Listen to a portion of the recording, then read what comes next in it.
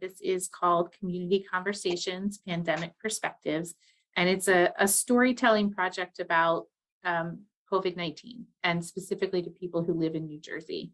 So the YMCA State Alliance is working with New Jersey state organizations to make sure that they're hearing everyone's perspective. You know, a lot of times there's populations that just, they don't get to hear your voice. So this is an opportunity for you to share and make an impact with, as things go forward with COVID, but also, we learn from experiences now that, should there hopefully never be another situation like this, but just, in terms of health and the population, you can, you have a voice to be able to improve how things are handled. Does it make sense to everybody? Yep. Okay. So I'm just going to have you state your name. You only have to say your first name before we get started, but just so that we have everybody identified. Tina. Amanda, you're on mute. Oh, I don't know why. Sorry, Amanda. Thank you.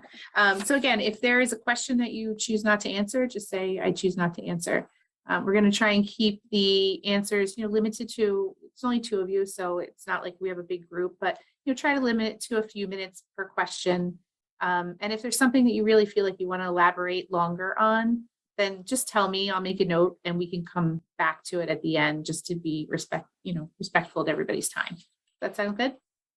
Yep. Mm-hmm. So Amanda, I'm going to start with you. And the first question is, how has COVID-19 affected you, your family, and or your community? And when I say community, it can be a community at large, like Sussex County, or it can be like your personal community, family, friends, people that you know.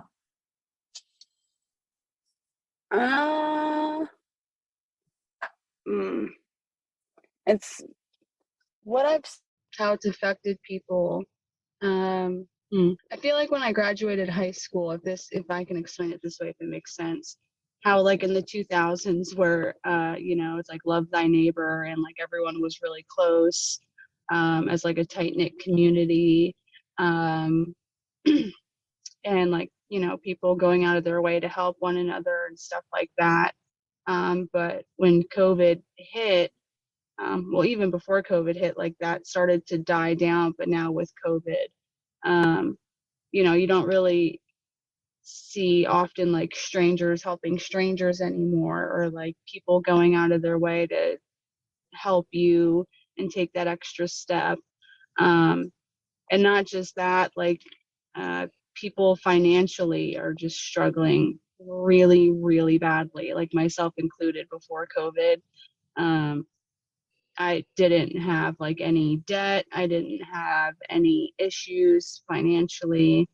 And it's like, now myself and everyone I know is Something happened. People aren't close with one another anymore. But it's like taking a huge toll on people's, financial independence and like mental health. Because constantly just like being locked in your house, and I mean, you don't have to be anymore, but it's like no one's gotten out of that funk. It's like nobody wants to go out and do anything anymore, or stuff like that. So that's just what I've seen it like in my own little personal circle. Great, thank you for sharing, Amanda. Tina, same question. It's not working. No. I guess same question, right? So, I mean, it really didn't bother. I'm sorry, I can't hear. Hold on. Oh, it's okay. I hate this phone. Go ahead, or wait for her. Yeah, are we okay, Amanda? I think she's having some tech problems. You can go ahead, Tina. I was gonna say, because I'm disabled. I'm 50, well, almost 54 years old, and I was living in New Mexico at the time. And so anyway, and I'm a nurse, even though I'm retired now, or disabled nurse, whatever. I already know about germs and staying away anyway before COVID hit. Like that's just protocol when you work with patients or you work in a hospital or with anything. But now with my daughters and my grandchildren, that was a big effect, especially my little ones that were in school. You know, my daughter's kids, I'm talking about my grandchildren and my grandsons. That was hard on her, you know, because she got 3 boys and they were all home from, you know, well, the baby didn't go to school, but the other 2. So she had all 3 boys at home all at once. And that drove her nuts. You know what I'm saying? It's hard enough to be a mother to 3 children and be a stay-home mom. You know, that's her job. And then they're home all the time too. You know, like that's your, you know, I know when my kids went off to school, because I have Irish twins, I was like, yeah, get out of here. You know what I mean? And that's your break. That's like, okay, I've done this for 4 years, whatever. Now I get that little bit of break. They go to school. And then when COVID hit, you know, and then plus being worried about them catching something, because she's still homeschooling them. She lives one daughter lives in North Carolina, my other one's in Jersey. And she's still homeschooling because we talked about it. And, you know, the way kids are sticking their fingers in their mouth, and I know kids really didn't get it that often, but they did. I mean, you know what I'm saying? And to take that chance, you know, it's just too scary. You know what I'm saying? I mean, and that's what, like, I knew, like, last year, I came in from New Mexico last year in November, and and that was like when the holidays were hitting, right? And I'm like, everybody's making this big mistakes. Don't swear, Tina. I'm like, everybody's doing these big holidays. Everybody's getting together, the hugging, the kissing, taking the masks off. Everybody's, oh, it's no big deal. And what happened after Christmas, around New Year's? It hit like a tidal wave. People were dropping left and right again. And I was just like, I knew it. I knew. And I'm not trying to be I told you so type of person, but like, I just saw it coming. You know what I mean? Because everybody gets all lackadaisia and they're like, oh, you know, like I remember when in New Mexico, when people started to when they got their shot, which I do not agree upon, but anyway, everybody started taking their mask off. And they would go, well, people with their mask off got their shot. How the heck do you know that? Just because they got their mask off? Come on. And it was crazy. And I think it's still crazy. And I don't still believe anything the government says. And I just, you know, I keep my distance still. I don't like people coming in my circle, my bubble, whatever you want to call it. You know what I'm saying? And but it really didn't impact me too much because, like I said, I'm disabled. I'm home a lot. Only time I would go out was, you know, to go shopping, grocery shopping or whatever. And I'm the type of person to keep my distance from people anyway, because germs are on everybody and that's how germs get spread. I mean, Sure. COVID isn't something, you know, like, I mean, viruses have been killing people for, you know, a long time. And we get new ones. How often? Pop Sure. up. I mean, so I just like I said, being a nurse, I know these things and Sure. it's, you know, Thank you, Tina. I appreciate yeah. that's good feedback. And we're going to go in a little bit more depth into some of these questions as we go forward. So thank you for sharing that. You're So welcome. the next question, we'll go back to Amanda, is have you been vaccinated for COVID-19 and or do you have plans to be vaccinated? And then the sub questions to that are if you received a plan to receive a vaccine, what were your reasons for doing so? What has your view changed about being vaccinated? And if you did not receive the vaccination, what were your reasons for not receiving the vaccination? And has your view changed at all? Does that make sense? Yeah. Mhm. So backstory, I started working at Newton Hospital in October of 2018, so before COVID hit. And then slowly I watched like the wave come in of COVID patients. And they, at the time, they didn't like force us to get the COVID vaccine at work. But I was watching patients come in who had gotten the vaccination, like people who didn't have the vaccine. I want to say 6 to 7 out of 10 people were able to walk out the door within like 3 days. But people who did have the vaccination, like 4 out of 10 times, they would either be stuck in the hospital for like a week or two, or most of the patients ended up passing away. And I was a transporter, so the way I could tell was like I got their chart, and if I had to take someone to the morgue, like I could see in their chart if they were vaccinated or not. So it's just stuff that I viewed personally while working there that made me weary on getting the vaccine. So I never ended up getting it. And it like even solidified my view more when my family all got COVID, and my mom and my sister and her girlfriend, they're all vaccinated. I am not, and my daughter is not. I mean, she's vaccinated for everything else, just not COVID. And my daughter and I were only sick for like 3-4 days. And they were sick for a week and a half, but like really badly. So, you know, my view hasn't changed much. I don't think it will change. What information I see come out of the government, like just, I'm not beat for it. Like I don't trust it at all. So that's why I haven't gotten vaccinated, and I probably never will be vaccinated for COVID. Thank you, Amanda. Mm-hmm. Tina? Pretty much same thing. I've been a nurse for over 30 years, and I'll tell you, I've never been vaccinated for anything. Knock on wood, and I will not get the COVID vaccine because too little, too soon, not enough information. And no, and same thing. I saw people who had the vaccination get sick, die, whatever. More so, it's just like getting the flu shot. More people get sick and get because they're putting the virus in your body. And the other thing is, you know, same me. I'm a cancer patient 3 times. I've had cancer 3 times. I have a very low immune system, and knock on wood, I have not had the vaccine. And everybody in my family got vaccinated, and guess what? They all had COVID. I haven't had it, not once yet. And I think my brother's actually had it twice, and they're all vaccinated except for me. I'm the only one, and we all live under this, you know, we're all together all the time. So I'm right in the pallet with her because I don't trust what they say. I never have, and I will not get vaccinated at all. No. Thank you, Tina. Appreciate that. Yep. The next question kind of ties in. You may have somewhat answered the question in this last conversation. Where do you go to get information about COVID, and what sources do you trust? So I know that you've kind of talked about who you don't trust, but is there anybody that you would trust on giving you information? There's not real. I don't trust any information. I mean, even working at the hospital, like I said, I've left since I left last year.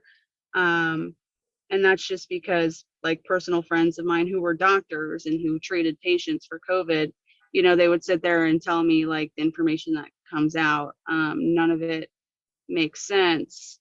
But yeah, at the same time would like push, like I would watch them push patients to get it. Meanwhile, you know, we're on our lunch break and they're having personal conversation with me going, you know, it's all a scam. None of it makes sense. It doesn't help in any way. Any information that I get, you know, I read a lot of news outlets. Like I have Daily Mail, even though Daily Mail is like not the greatest. But you know, like Yahoo News, there's so many news sources out there. Anything I read, just none of it, you know, makes sense. So I don't trust any information that comes out from anything because the media is tied into the government as well. So, you know, you could tell me like if they made a vaccine that, you know, if I got it, I would have 100% chance of not getting COVID. I still wouldn't believe it. Me either. Thank you for sharing, Amanda. I'm on the same page as her. I totally agree. I don't believe anything the media says because most of the time they're liars, and they same thing tied into the government.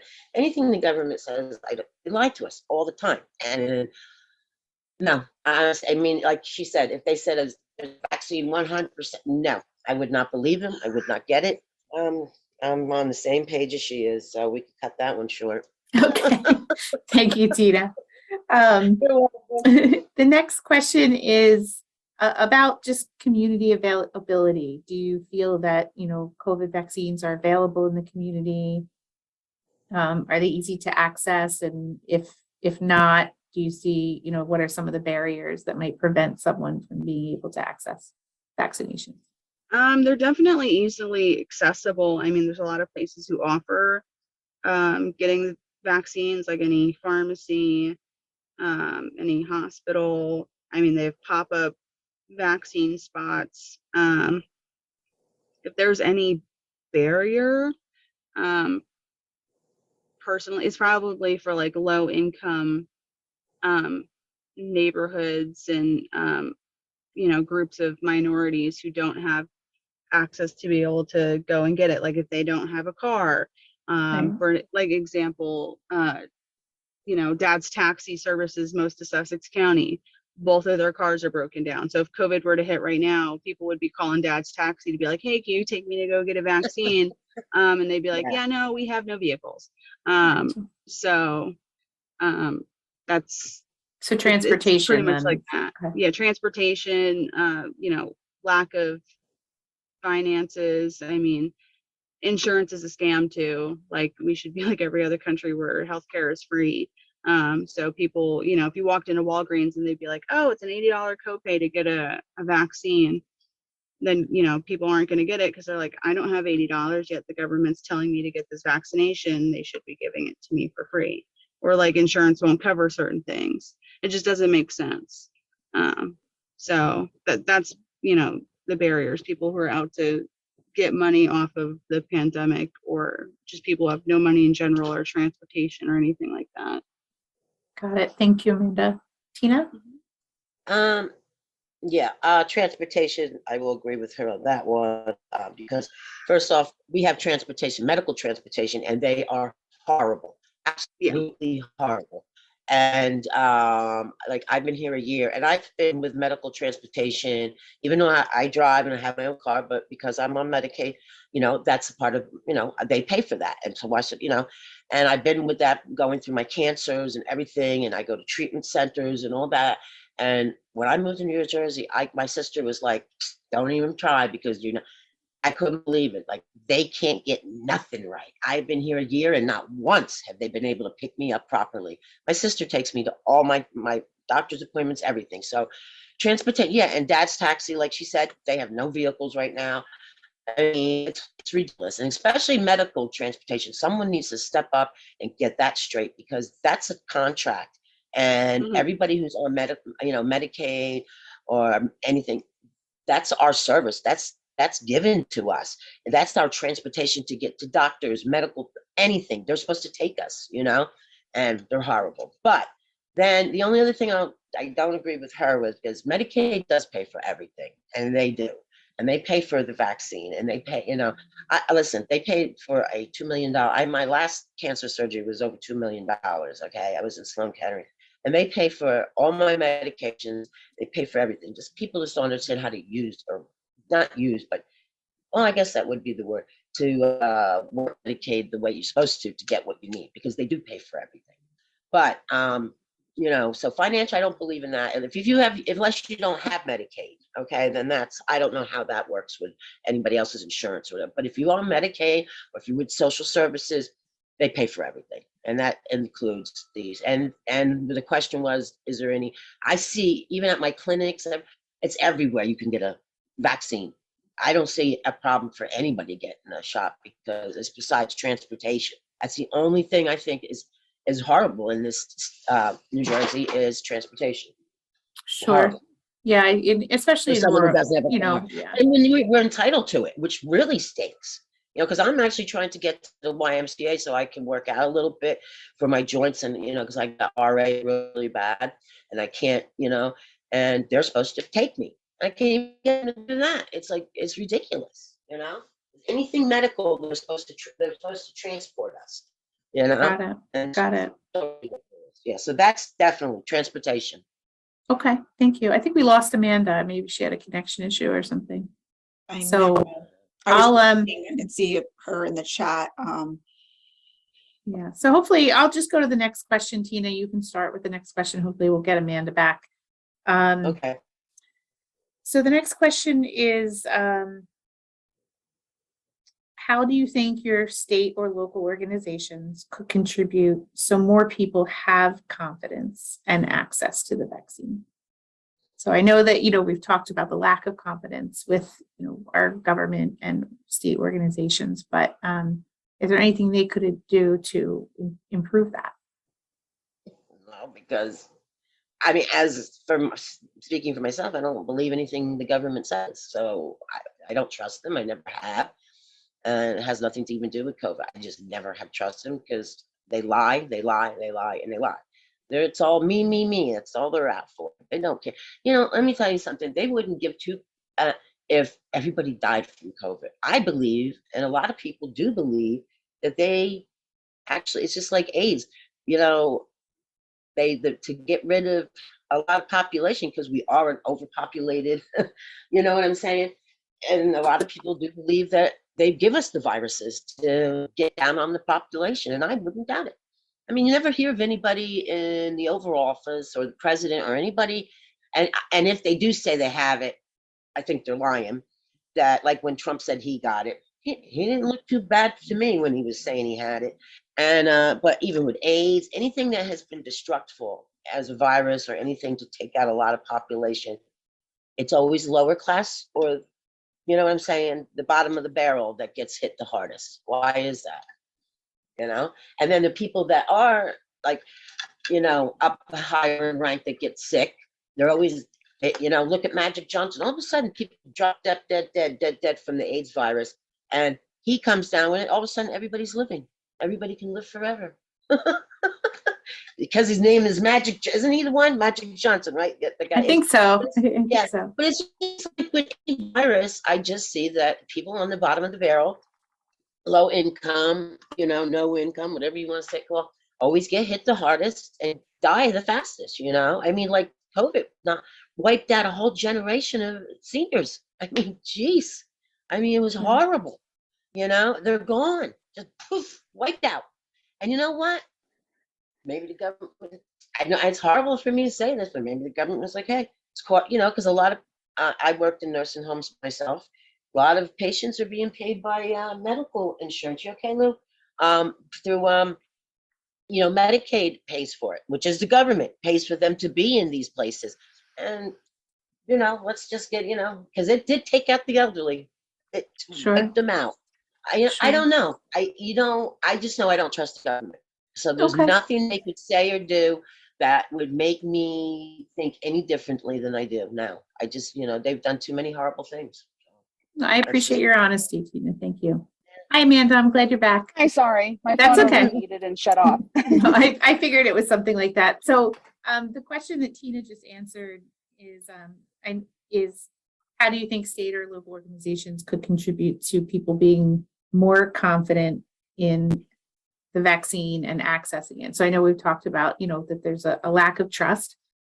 Is there anything that they could do to improve that relationship? Let's see. They could follow through on their promises. I mean, like when, government officials are elected, when they campaign, they offer all these things and promises and stuff. So it's not just like a lack of trust in the government, just for fun. It's because, we vote these people in, and they, give us all these promises during their campaign. And then once they're elected, they don't follow through with anything really. And that's probably, for me personally, that's a major reason why I don't trust the government at all. Not just that, I mean, look at all the scandals and stuff that go on of all these people in like high power positions. I mean, I think the best example is like Jeffrey Epstein, who's surrounded by billionaires and people that control, most of the United States. I mean, it's not just him. I mean, it's like it's a internet rabbit hole, if you will. There's not really much that they could do because they're, people in power aren't willing to change. Plus they're happy with their like bajillion-dollar salaries that they get. So why are they going to turn around and be honest when they're making a boatload of money off of it? And you that know. that extends to your confidence in healthcare and things like that as well, from in terms of how the state and the government handles that. Yeah, yeah.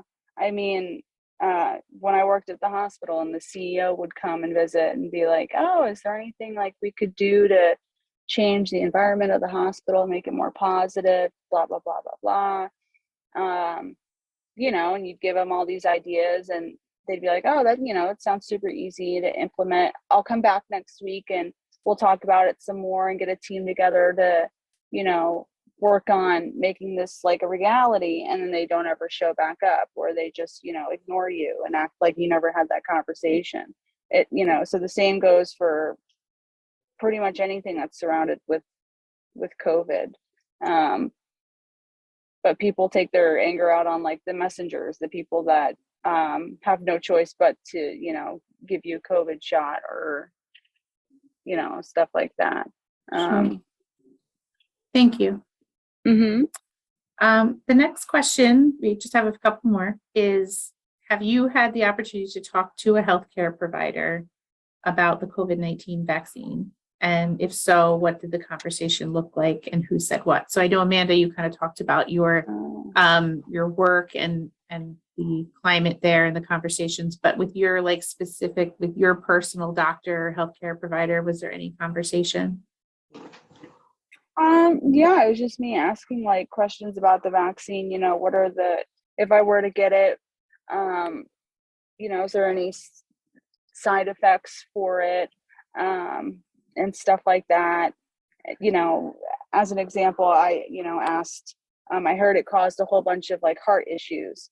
And my provider was like, "Oh, no, that's not true." I'm like, "Okay, well, there's all these studies that found it does cause, you know, like heart palpitations, and especially for younger folks." I'm 27 years old, and the study was for, you know, 25 to 35-year-olds. So like the study didn't just come from nowhere.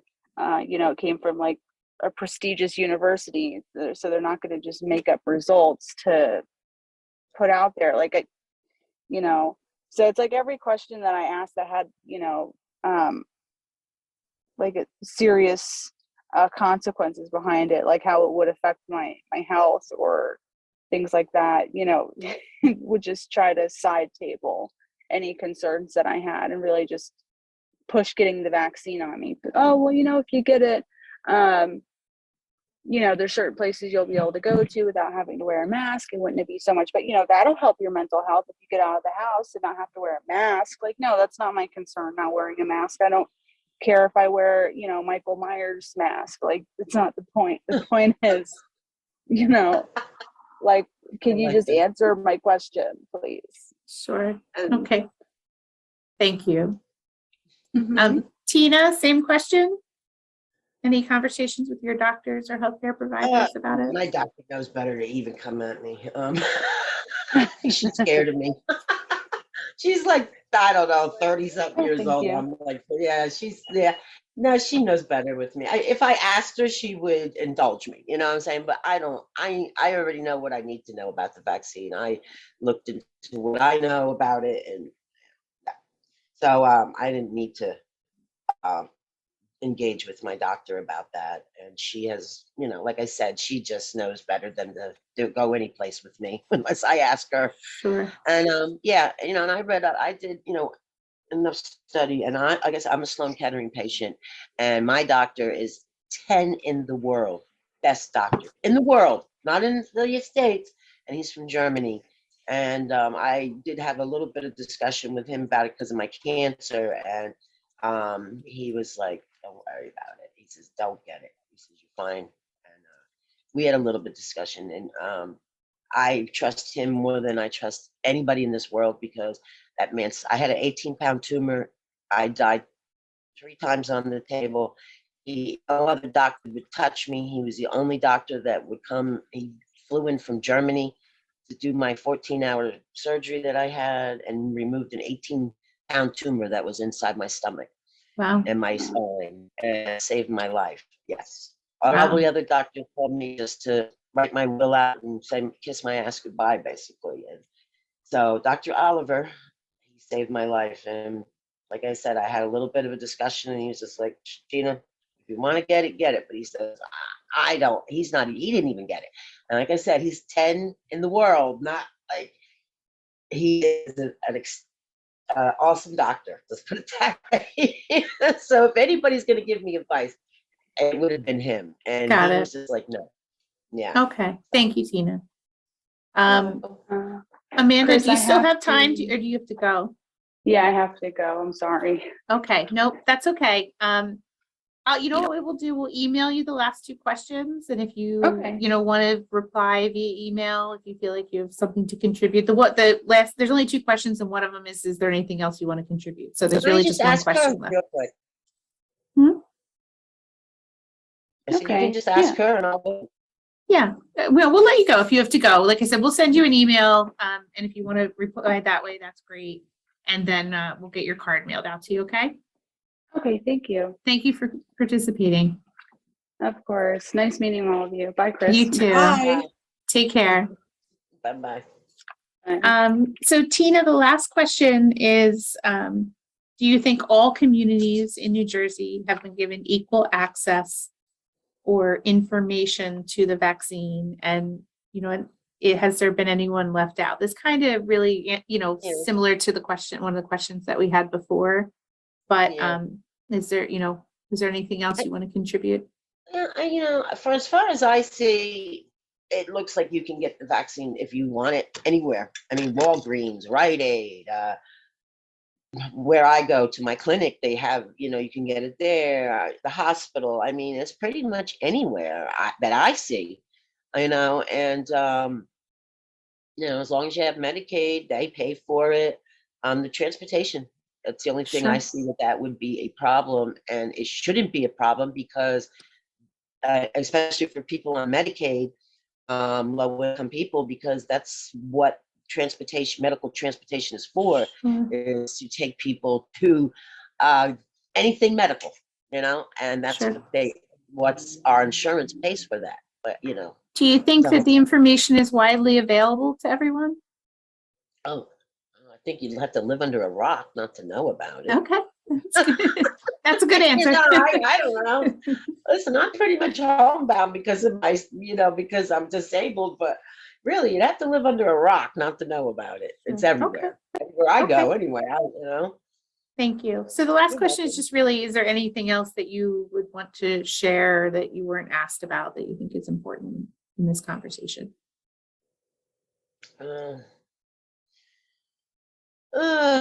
It's hard one because there's just so many people with different opinions and different things about the COVID. I don't even really discuss it with anybody because so many people have different things about it. You know what I'm saying? Like I said about Christmas time, I told my brother and I said, see, I told you. I mean, everybody that was at that our Christmas dinner got COVID, except for me. But I just wouldn't let people hug and kiss. I was just like, yeah, how you doing? Stay over that way, and but everybody the next day was sick as dogs, with the, and I mean, I'm assuming it was COVID. It could have been, I mean, COVID is not the only virus that we have. I mean, that's what people act like. That's the only thing that aggravates me. And everybody's like, oh, we got COVID because you got to sneeze or cough or something. Jesus, it's not, everything is not COVID. You know what I'm saying? Sure. And I know No. these people think it is, God forbid, you got the COVID, I guess it's just what's everybody, there's this, it's on top of Oh my mind, right? Yeah, right. I mean, it's like, Jesus, what about everything else that's highly contagious and, that you can catch? And Oh, you're on mute, Tina. There you go. even if there wasn't, there's so many viruses that are out there.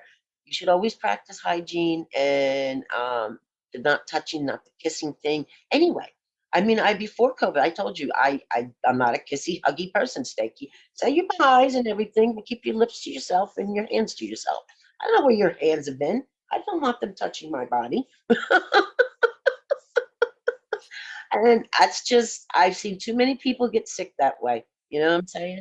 Sure. And I understand.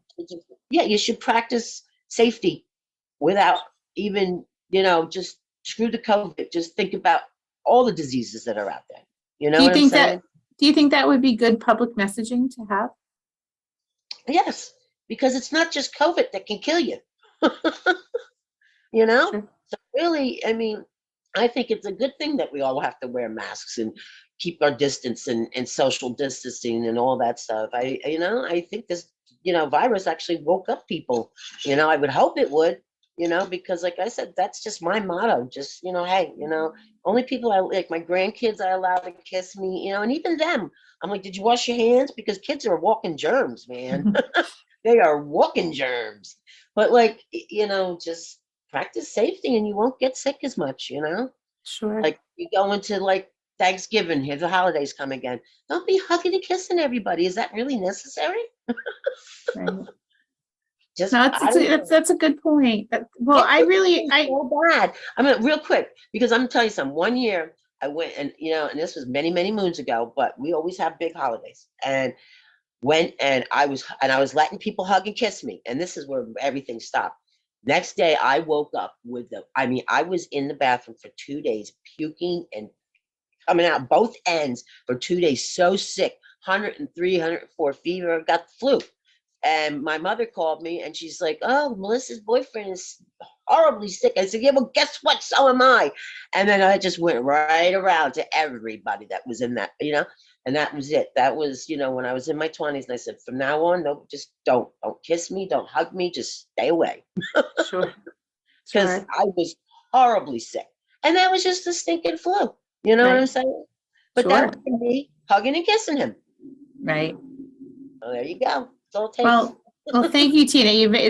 Everything you've said is very helpful. And like I said, this is an important conversation because this is how we improve things for the future. And just because the COVID is relaxed right now, we haven't had any really major holidays out here. We go with the holidays again. Sure. And COVID is not gone. Everybody gets so relaxed.